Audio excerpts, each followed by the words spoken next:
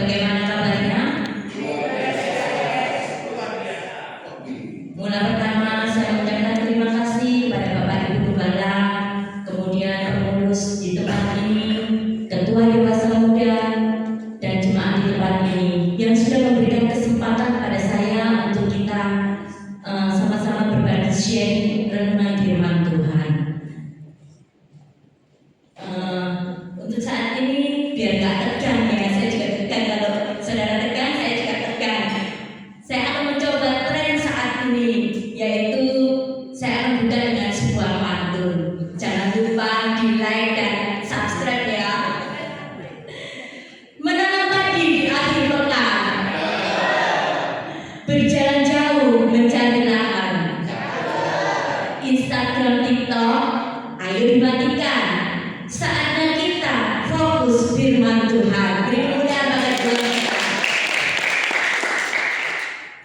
bulan ini sebagian besar dari anak-anak kita atau adik-adik kita menerima rapor ya. Karena mungkin rekan-rekan sekalian juga ada yang menerima rapor ya. Fungsi dari menerima rapor itu adalah sebagai evaluasi belajar selama 1 semester. Apakah hasilnya memuaskan atau kurang memuaskan? Jadi kalau malam hari ini kita menerima rapor dari Tuhan, apa sih catatan-catatan Tuhan untuk kita? Saya tahu ya sekarang banyak di antara rekan-rekan yang datang saat ini sudah mulai memasuki fase dewasa muda, bahkan ada yang sudah memasukinya. Yang dimaksud dengan fase dewasa muda itu adalah fase sebagai puncak kehidupan. Mengapa disebut sebagai puncak kehidupan? Next. Karena yang pertama adalah perkembangan fisik, di mana pada dewasa muda ini puncak kesehatan, kemudian kekuatan ototnya itu semua berfungsi secara maksimal. Kalau kita lihat ya adik-adik kita, contohnya Michelle, Sean, Sanders, beberapa tahun yang lalu itu masih imut-imut gitu ya. Nah sekarang sudah mengalami masa pertumbuhan sehingga sudah sangat tinggi sekali gitu ya. Kemudian yang kedua adalah fase perkembangan kognitif atau intelektual, di mana pada fase ini mereka sudah mulai bisa berpikir secara logis, realistis gitu ya. Contohnya ketika ketika mereka masih bekerja ya, ketika rekannya datang terlambat, kalau kita masih anak-anak mungkin langsung ngomong, males orang itu. Nah, tapi setelah memasuki fase ini kita bisa berpikir lebih realistis lagi. Oh, mungkin dia datang terlambat itu karena sepedanya mogok atau banyak kempes di jalan. Nah, hal-hal itu berarti kita sudah memasuki fase-fase yang intelektual itu tadi. Kemudian yang ketiga adalah perkembangan psikososial dan emosional, yaitu seseorang ingin kemandirian secara finansial, di mana mereka ingin mengembangkan karir setinggi-tingginya supaya mereka mendapatkan income di dalam hidupnya dan membuat hidup mereka itu lebih naik lagi gitu ya. Contoh nyata ini misalnya seorang pegawai ya, asal mulanya dia pegawai gitu loh, tapi kemudian dia berpikir kepinginnya buka usaha sendiri, walaupun kecil-kecilan, gak ikut orang terus, tapi kepingin usaha itu, dan dia yakin gitu loh bahwa kalau dia berusaha seperti itu pasti akan hasilnya itu melebihi dari dia sebagai pegawai. Kemudian fase hubungan yang lebih intim, yaitu mereka mulai mencari pasangan hidup yang sesuai dengan kriteria mereka. Contohnya ketika sebetulnya ya dia nggak suka main musik, tapi berhubung pacarnya itu suka main musik, maka dia kepingin menyeimbangkan, menyelaraskan. Akhirnya dia juga coba-coba belajar main musik. Nah, itu yang dinamakan perkembangan emosional ya. Kalau lihat di era sekarang ini ya, banyak sekali ya hal-hal yang bagus dari luar, tapi di dalamnya belum tentu. Contohnya kita melihat feed Instagram mereka rapi, kemudian story-nya selalu terlihat happy, karir atau kuliahnya semakin bersinar, pelayanan banyak kegiatan. Nah, pertanyaannya yang kita perlu pertanyakan pada sore hari ini, bagaimana kondisi hati kita di hadapan Tuhan? Bagaimana kondisi kehidupan rohani kita pada sore hari ini? Mari kita akan belajar contoh dari jemaat yang kalau dilihat itu ya keadaannya secara luar itu tampaknya baik-baik saja, tetapi ternyata rohani mereka sedang bermasalah. Mari kita akan buka di dalam kitab Wahyu pasal 3 ayat 14 sampai yang ke-22. Berhubung banyak ya, saya minta Bapak Gus Stephen atau Bapak Julian untuk membantu saya membaca Wahyu pasal 3 ayat 14 sampai 22. Ya, semua. Wahyu 3 ayat 14. Dan tuliskanlah kepada malaikat jemaat di Laodikia, inilah firman dari Amin, saksi yang setia dan benar, permulaan dari ciptaan Allah. Aku tahu segala pekerjaan, engkau tidak dingin dan tidak panas. Alangkah baiknya jika engkau dingin atau panas. Jadi karena engkau suam-suam kuku dan tidak dingin atau panas, aku akan memuntahkan engkau dari mulutku. Karena engkau berkata, aku kaya dan aku telah memperkaya diriku, dan aku tidak kekurangan apa-apa. Dan karena engkau tidak tahu bahwa engkau melarat dan malang, miskin, buta, dan telanjang, maka aku menasihatkan engkau supaya engkau membeli padaku emas yang telah dimurnikan dalam api, agar engkau menjadi kaya, dan juga pakaian putih supaya engkau memakainya, agar jangan kelihatan ketelanjanganmu yang memalukan, dan lagi minyak untuk melumasi matamu supaya engkau dapat melihat. Barang siapa kukasihi, ia kutegur dan kuhajar. Sebab itu relakanlah hatimu dan bertobatlah. Lihatlah, aku berdiri di muka pintu dan mengetok. Jika ada orang yang mendengar suaraku dan membukakan pintu, aku akan masuk mendapatkannya, dan aku akan makan bersama-sama dengan dia, dan ia bersama-sama dengan aku. Barang siapa menang, ia akan kududukan bersama-sama dengan aku di takhtaku, sebagaimana aku pun telah menang dan duduk bersama-sama dengan Bapakku di atas tahtanya. Terakhir, siapa bertelinga, hendaklah ia mendengarkan apa yang dikatakan Roh kepada jemaat-jemaat. Next, kita mau cek ombak Laodikia or Philadelphia. Manakah yang mencerminkan hidupmu? Apa yang dapat kita pelajari dari kehidupan jemaat di Laodikia ini, sehingga Tuhan memberikan contoh kepada kita pada sore hari ini? Next, yang pertama adalah di dalam Wahyu 3 ayat 15 sampai 16, yaitu yang pertama adalah jebakan suam-suam kuku alias zona nyaman. Kota Laodikia itu adalah kota yang sangat kaya raya, tetapi dia mempunyai masalah dengan air. Jadi mereka untuk memenuhi kebutuhan penduduknya, dia mensuplai air dari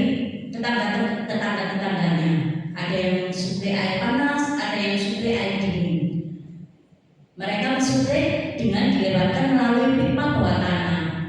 Nah, ternyata setelah sampai di kota Laodikia, air yang harusnya bisa diminum dan bisa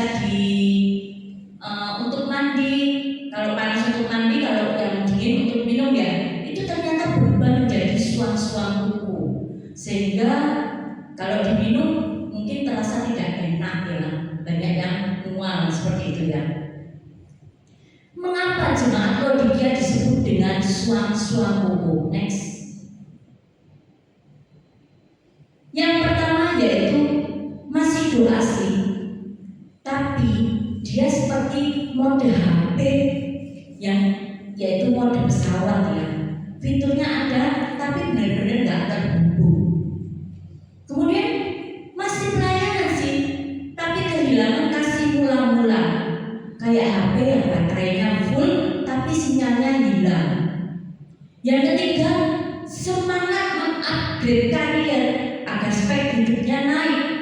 Tapi ketika mereka ibadah, mereka akan menghitung-hitung kayak kuota sedang harus dihemat ya. Dan kita harus ingat ya bahwa jemaat Laodikia mereka ditegur bukan karena mereka itu gagal total, enggak, melainkan mereka itu sudah berada di zona yang nyaman, di posisi mereka berada di tengah-tengah, enggak panas, enggak dingin, pokoknya yang penting aku aman, istilahnya seperti itu. Kita boleh cek ombak terhadap diri kita semua ya. Yang pertama, apakah pada sore hari ini kita beribadah itu karena cinta pada Tuhan atau hanya sekedar formalitas hidup? Kita datang beribadah tapi hati kita nggak terhubung, nggak login dari Tuhan sih, tapi juga nggak login di hati kita. Hanya pribadi kita dan Tuhan saja yang tahu.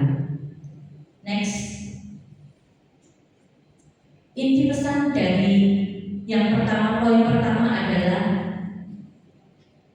jangan jalani kehidupan rohani ini dengan komitmen kepada Tuhan dengan setengah hati. Karena Tuhan menghendaki sepenuh hati dengan ketulusan dan konsisten dalam menjalani pertandingan iman kita.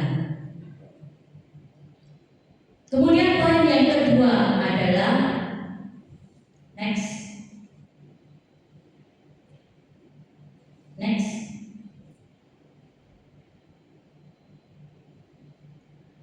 Jebakan kemandirian finansial, yaitu mereka kaya materi tetapi miskin rohani. Itu di Wahyu 3 ayat yang ke-17. Laodikia terkenal sebagai kota yang makmur karena dia sebagai pusat perbankan, sebagai penghasil kain atau tekstil yang berkualitas tinggi, kota yang terkenal sebagai pencipta salep mata.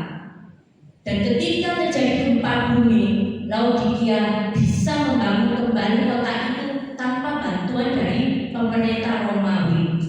So, karena itu mereka berkata dengan bangganya, aku kaya dan aku tidak kekurangan apa-apa. Oleh karena itu, kesuksesan dunia membuat mereka tidak membutuhkan lagi Tuhan. Dan ketika mereka datang beribadah, pola pikir mereka itu, apa manfaatnya buat saya? Apa yang saya dapat? Apakah ini menguntungkan? Padahal yang Tuhan inginkan adalah relasi, bukan sekedar transaksi. Di zaman sekarang ini ya, kadang kita merasa hidup kita ini baik-baik saja, karir jalan terus, gaji tinggi, isi rekeningnya gendut, follower naik terus ya, target kuliah tercapai, dari luar kelihatannya sukses, lalu tanpa sadar kita mengandalkan kemampuan kita tanpa kita perlu bertanya kepada Tuhan dalam setiap keputusan hidup kita. Seringkali kita sibuk membangun personal branding yang kelihatan sukses, religius, tanpa celah di media sosial ya. Tapi di balik itu, kondisi rohani kita ini sebenarnya bagaimana? Apakah fight atau terus gitu? Intinya jangan sampai kita sibuk memoles hidup kita agar kelihatan keren di mata orang tapi berantakan di mata Tuhan. Kekayaan itu bukan masalah. Yang bikin masalah adalah ketika kekayaan itu membuat kita merasa tidak lagi memerlukan Tuhan. Itu yang perlu kita ingat.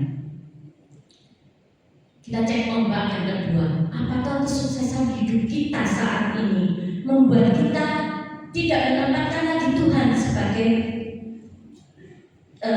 berada di tempat terutama? Jadi kesuksesan hidup kita di dunia ini jangan sampai membuat kita lupa siapa pencipta kita. Next. Inti pesannya, jangan tertipu oleh kesuksesan dan pencapaian hidup melalui standar dunia. Karena seberapapun berhasilnya kita dalam pencapaian hidup kita, kita tetap perlu Tuhan dalam hidup kita. Kemudian poin ketiga yang bisa kita ambil di dalam Wahyu 3 ayat 18, yaitu solusi apa sih yang diberikan Yesus kepada kita. Di ayat 18, Yesus menegur mereka dengan menggunakan produk-produk hasil dari kota Laodikia itu sendiri ya. Yang pertama yaitu belilah emas dari Yesus. Maksudnya carilah kekayaan iman yang diuji melalui proses, bukan secara instan. Kalau emas itu kan kita tahu ya, membuat emas itu susah dan harus dimasukkan dalam perapian yang sangat panas sekali. Demikian juga dengan kita. Nikmatilah kadang manusia ya jujur aja, kadang manusia itu pengennya berkat tapi nggak kepingin prosesnya. Dan pada sore hari ini Tuhan ingatkan kepada kita, nikmatilah berkat itu dengan proses dari Tuhan. Kemudian yang kedua yaitu pakaian putih. Solusi dari Tuhan kan ada 3 tadi ya, emas, pakaian putih, dan minyak mata. Yang kedua pakaian putih, itu artinya tanggalkanlah jubah kesombongan kita atau pencapaian kita selama kita hidup di dunia ini. Karena semuanya itu bukan karena pencapaian kita, tapi melainkan kebaikan dari Tuhan. Dan oleh karena itu kita harus memakai jubah kebenaran dan kekudusan dari Yesus. Kemudian yang ketiga, minyak mata. Kenapa minyak mata ya?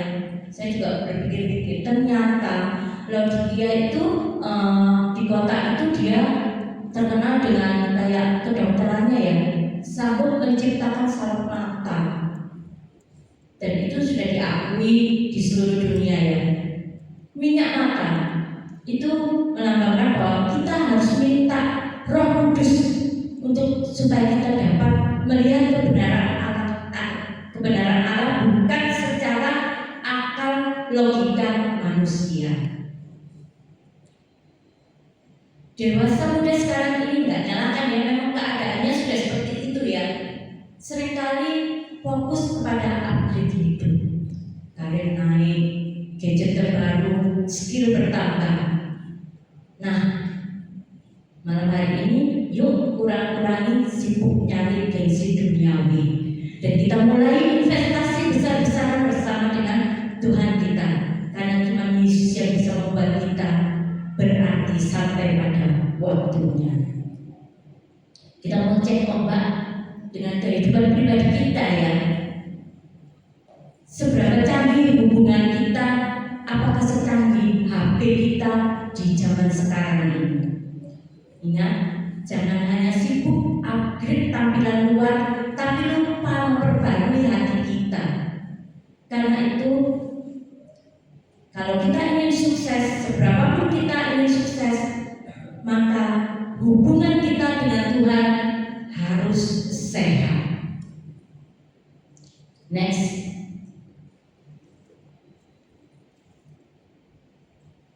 Misinya ya, pesannya ya, jangan sibuk mengumpulkan harta di dunia, karena yang Tuhan inginkan adalah pembaharuan hati, hidup yang benar, dan penglihatan rohani yang jernih.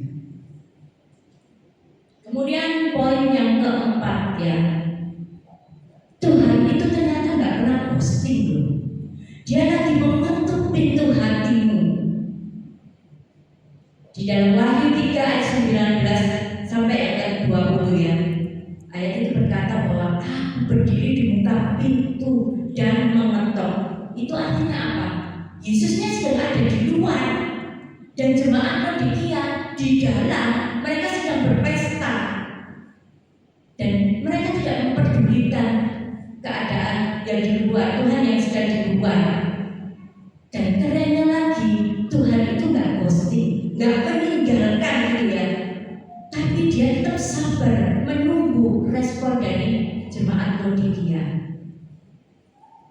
Saat ini mungkin sudah lama kita mengenal Tuhan ya, tetapi ketika hati kita dipenuhi dengan ambisi karir, kesibukan, entah itu kesibukan pekerjaan, pelayanan, kekhawatiran masa depan, hiburan tanpa batas melalui HP, akhirnya suara Tuhan menjadi semakin samar-samar terdengar. Dan kabar baiknya, Tuhan tidak pernah pergi meninggalkan. Dia masih menunggu di luar pintu dan mau mengetuk pintu hatimu. So, bagaimana dengan respon kita?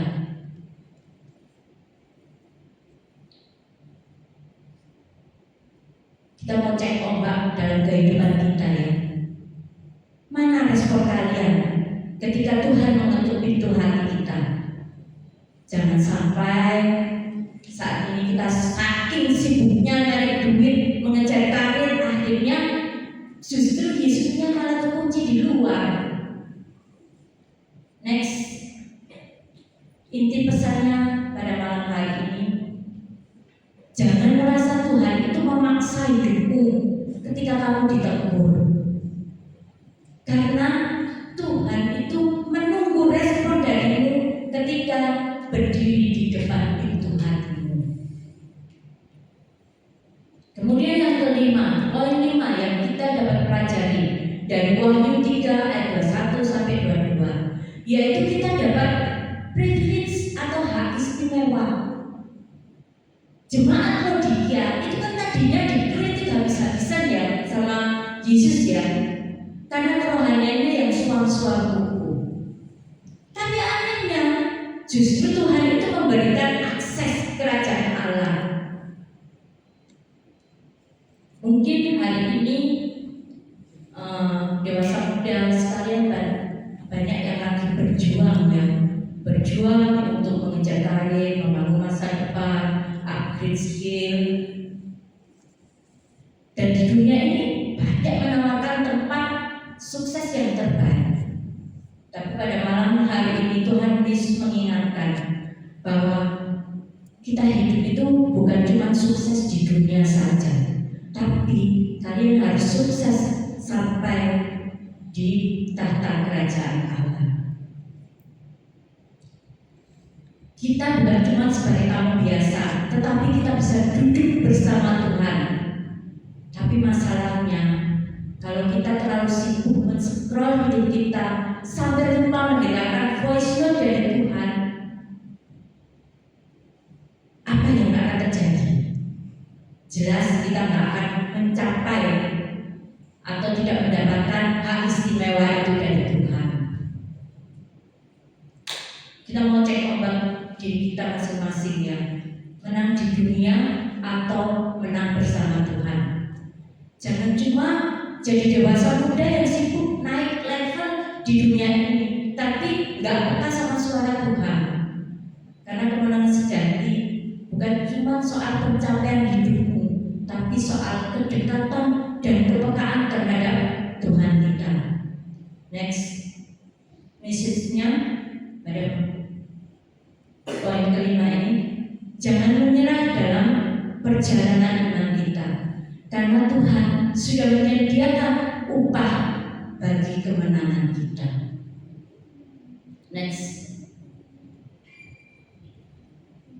closing statement tentang jemaat Laodikianya. Menjadi dewasa dan mandiri secara finansial itu memang keharusan. Tetapi menjadi mandiri secara rohani sampai merasa nggak butuh Tuhan itu kebablasan.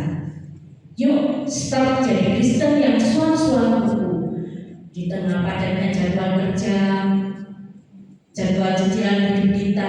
Sisakan ruang utama di hati kita buat Tuhan.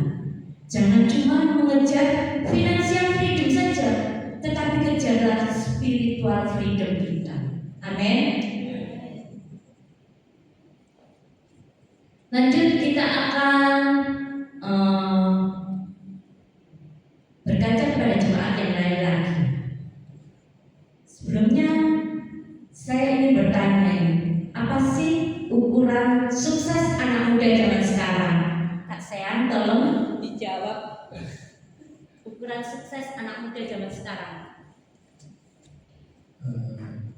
Membuat bangga orang tua. Membuat bangga orang tua. Nah, katanya boleh. Baca. Ukuran sukses anak muda zaman sekarang membuat bangga orang tua. Terus nggak pengen punya gaji yang besar, rumah yang mewah, terus mobil yang sekarang itu yang sport yang di jalan itu ya, seperti derajat itu ya, menjadi seorang CEO. Ya, nggak salah sih dengan semuanya itu, tetapi kadang seringkali tanpa sadar kita mengukur nilai diri kita itu berdasarkan dengan pencapaian orang lain. Orang lain bisa seperti itu, Pak, aku nggak bisa. Nah, pernah nggak kita merasa kita ini sudah masukkan lamaran, kemudian kita sudah belajar mati-matian, tetapi ternyata lamaran itu gagal total, dan nilai kita ternyata cuma pas-pasan, padahal sudah betul ya. Kemudian muncullah pemikiran kita secara negatif. Kayaknya Tuhan lagi diem nih, lagi ngambek sama saya karena nggak dijawab doa aku. Nah, pada sore hari ini kita mau belajar dari satu jemaat di Alkitab yang kondisinya mungkin mirip dengan kita dan kita saat ini. Mereka nggak punya kuasa, mereka nggak besar, mereka minoritas, mereka juga lelah, dan mereka juga nggak viral. Tapi anehnya justru mereka mendapat surat cinta yang isinya pujian dari Tuhan. Dan akan kita baca di dalam Wahyu 3 ayat 17 sampai yang ke-13. Kita tahu Bapak Stephen. Wahyu 3 ayat yang ke-7 sampai yang ke-13.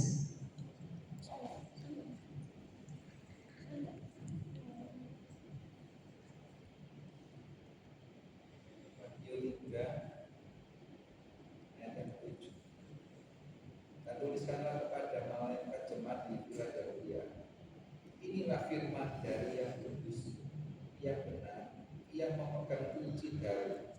Apabila ia membuka, tidak ada yang dapat menutup.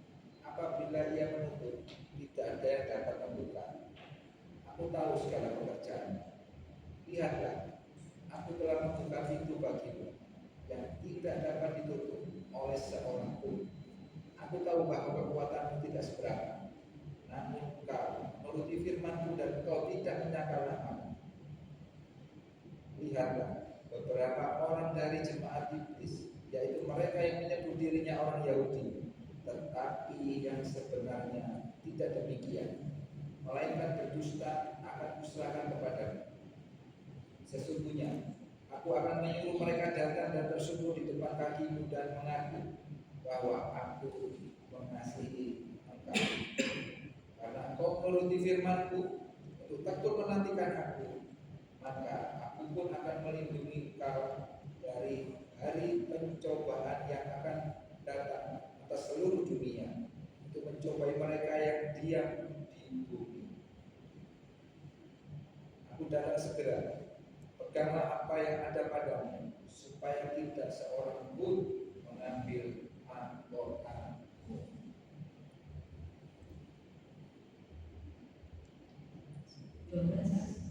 siapa menang, ia akan kujadikan sopok guru di dalam bait suci Allahku, dan ia tidak akan keluar dari situ. Dan padanya akan kutuliskan nama Allahku, nama kota Allahku, yaitu Yerusalem baru, yang turun dari surga, dari Allahku dan namaku yang baru. Dan siapa bertelinga, hendaklah ia mendengarkan apa yang dikatakan Roh kepada jemaat. Next. Poin yang pertama yang dapat kita pelajari dari jemaat Philadelphia. Yang pertama yaitu Tuhan yang pegang kunci. Kunci apapun ya. Mungkin kunci pintu, kunci berangkas, Tuhan yang pegang kunci hidupmu juga. Philadelphia adalah kota kecil di wilayah Asia kecil yang sekarang kira-kira di Turki ya letaknya. Dan nama Philadelphia adalah kasih persaudaraan. Philadelphia bukan kota yang besar atau pusat perdagangan utama. Seringkali mengalami gempa bumi, sehingga warganya itu mempunyai trauma ya atau kecemasan kalau akan terjadi gempa susulan. Sangat berbanding terbalik dengan kota Laodikia. Kalau kota Laodikia makmur, kalau kota Philadelphia ini kecil dan penduduknya dirundung dengan kecemasan. Warganya tidak terlalu kuat secara ekonomi maupun politik, tetapi mereka itu mampu bertahan dalam tekanan. Jemaat Kristennya tergolong kecil dan tidak punya pengaruh besar, minoritas. Jadi secara duniawi mereka terlihat sangat lemah, ya. Tapi oleh Tuhan, dia adalah jemaat yang diberi pintu terbuka oleh Tuhan, jemaat yang disukai Tuhan karena kesetiaannya, bukan karena kekuatannya.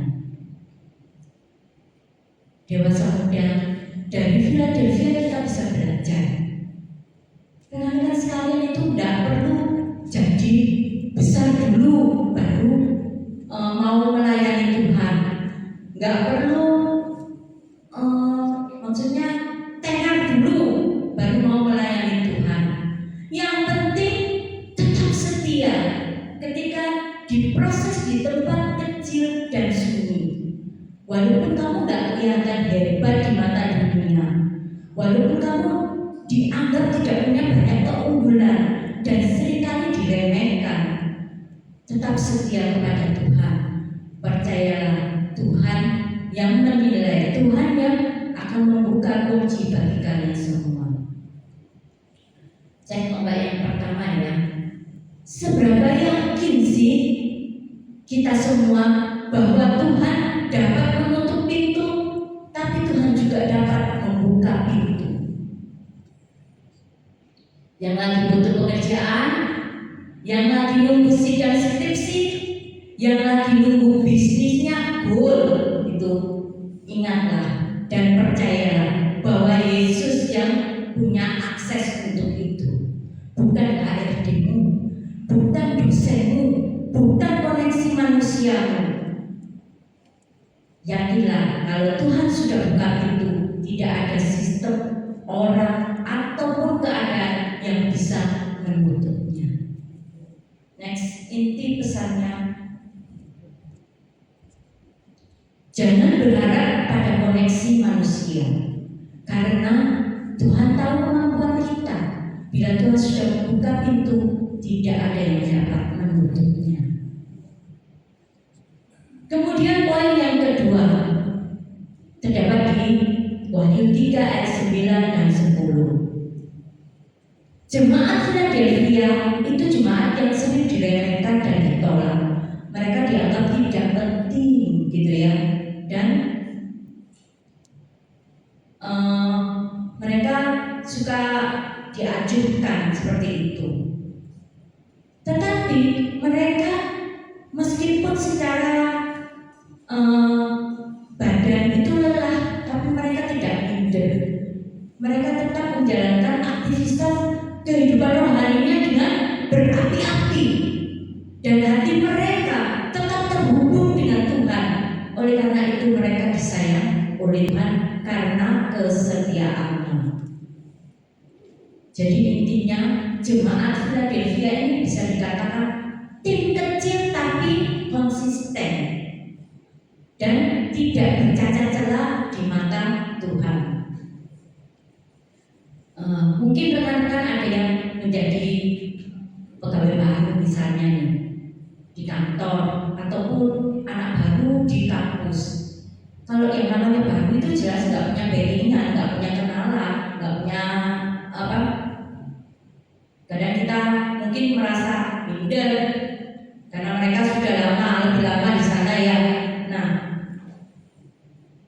kadang-kadang kita diremehkan, mungkin diomongkan di belakang kita tanpa kita tahu. Banyak ya di tempat pekerjaan seperti itu banyak.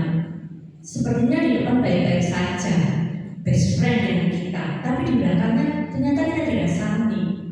Cari muka sama bos, ada yang ngomong gitu ya. Nah, kadang-kadang hal-hal itu membuat kita berada di persimpangan pilihan.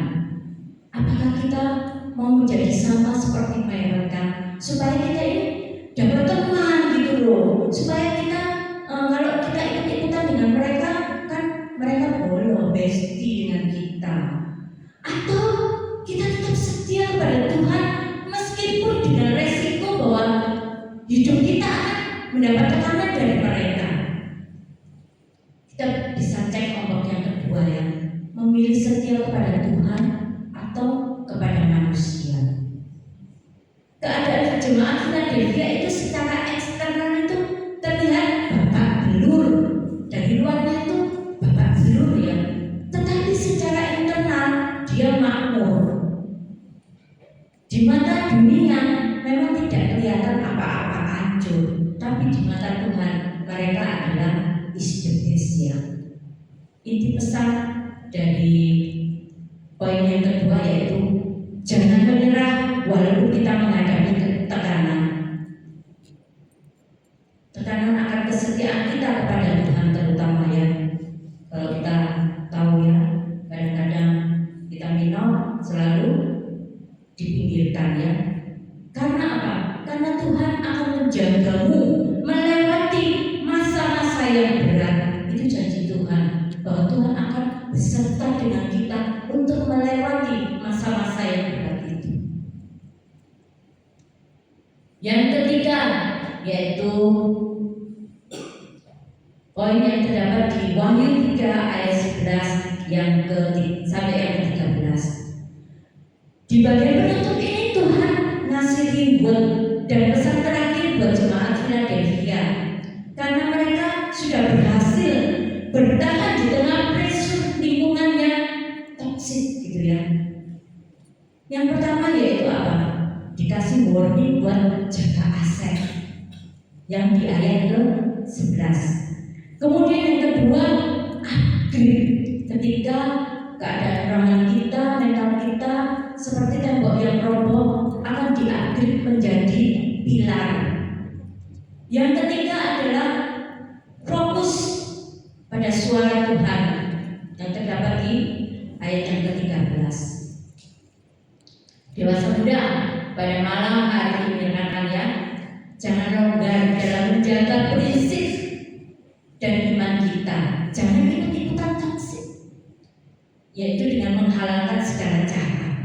Jangan sampai perjuangan hidup kita yang sudah kita mulai dari awal bagus, setia kepada Tuhan, akhirnya hancur di tengah-tengah jalan karena kita kepingin yang instan. Yang kedua, anak muda itu seringkali dicap sebagai anak yang gampang galau dan rapuh. Dan pada malam hari ini Tuhan menjanjikan bahwa kita bukan di-upgrade menjadi pilar yang kuat, tahan badai, kokoh, agar kita bisa menjadi penopang bagi orang lain. Kemudian yang ketiga, di tengah berisiknya dunia, Tuhan bilang, coba deh kamu dengar apa kata Roh Kudus? Maksudnya ketika rekan-rekan lagi bingung untuk menentukan hidup kita, tentang karir kita, tentang pasangan hidup kita, tentang pekerjaan kita, ambil waktu, dengarkan apa kata Tuhan, supaya kita bisa mendapatkan tuntunan dalam hidup kita. Kalau kita melihat gambar itu ya, kita sudah memakai mahkota, tapi kemudian mahkotanya diletakkan di bangku. Jangan sampai terjadi seperti ini. Kita sudah mendapatkan mahkota, tapi kemudian kita menaruh mahkota itu di bangku karena kita tergiur dengan kesuksesan dunia ini. Jadi kita menghalalkan segala cara. Kita cek ombak yang ketiga ya. Apakah yang kita pertahankan itu sesuatu yang baik? Ketika dunia berkata, jadilah terkenal, Tuhan berkata, jadilah setia.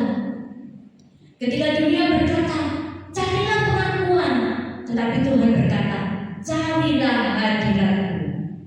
Ketika dunia berkata, kejar apa yang membuatmu terlihat berhasil, tetapi Tuhan berkata, pegang firman-Ku dan jangan menyerah.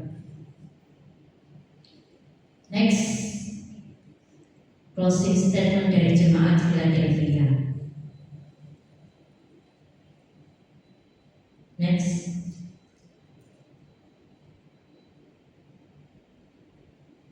pintu yang dibukakan Tuhan untuk jemaat Philadelphia adalah pintu yang sama yang terbuka untuk kita pada hari ini. Jangan izinkan tekanan lingkungan membuat kita lepas kendali.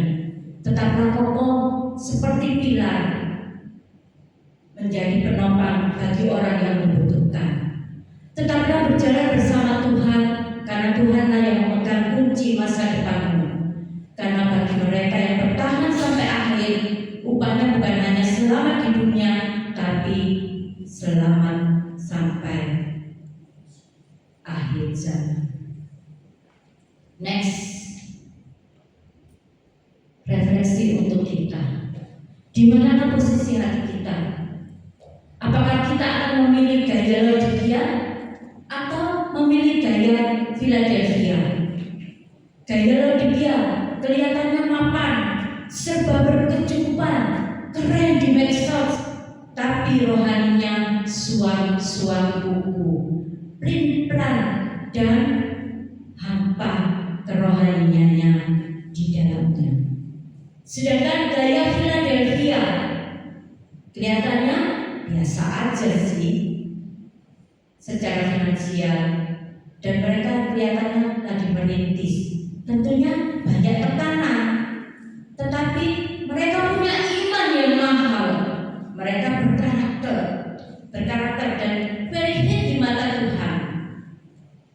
Pilihan ada di tangan kita semua. Kita mau sibuk kelihatan kaya di mata manusia, atau kita mau mendapatkan pengakuan di mata Tuhan. Tuhan sedang menunggu respon pada malam hari ini. Sebagai ayat penutup, kita akan sama-sama membacakan Ibrani 3 ayat yang ke-15. Ibrani 3 ayat yang ke-15. 2, 3. Pada hari ini, jika kamu mendengar suaranya, janganlah keraskan hatimu seperti dalam kegeraman. Puji nama Tuhan. Pada malam hari ini, kalau kita semua sudah mendengarkan suara Tuhan berbicara, janganlah kita mengeraskan hati kita. Pilihan hidup ada di tangan kita. Saya undang pemain musik, WM, song leader, kita akan angkat pujian Bila Kau yang membuka pintu. Waktu selanjutnya akan saya serahkan kepada pimpinan dewasa muda.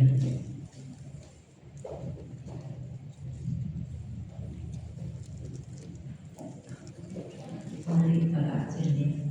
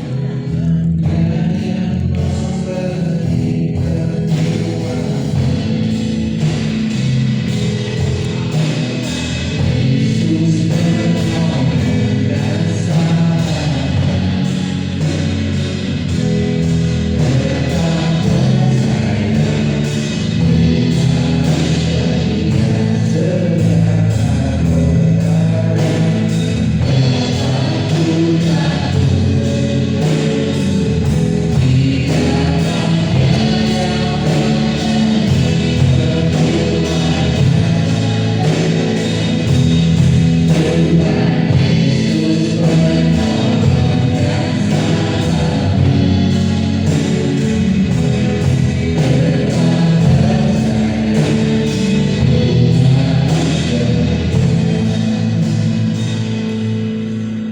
keadaan kita hari ini,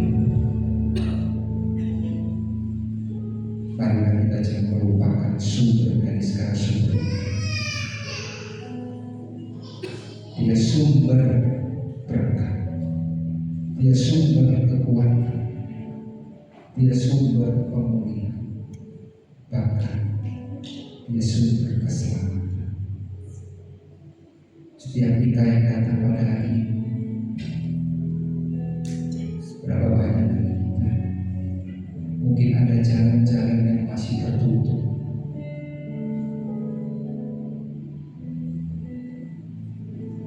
Tuhan sebenarnya tersedia untuk membukanya. Mungkin hati kita yang keras. Mari dengan kebenaran firman Tuhan pada malam hari ini, Tuhan mengingatkan setiap kita bahwa Dia jalan, Dia yang punya jalan, Dia yang punya kunci segala-galanya. Karena Dia Allah pencipta semesta.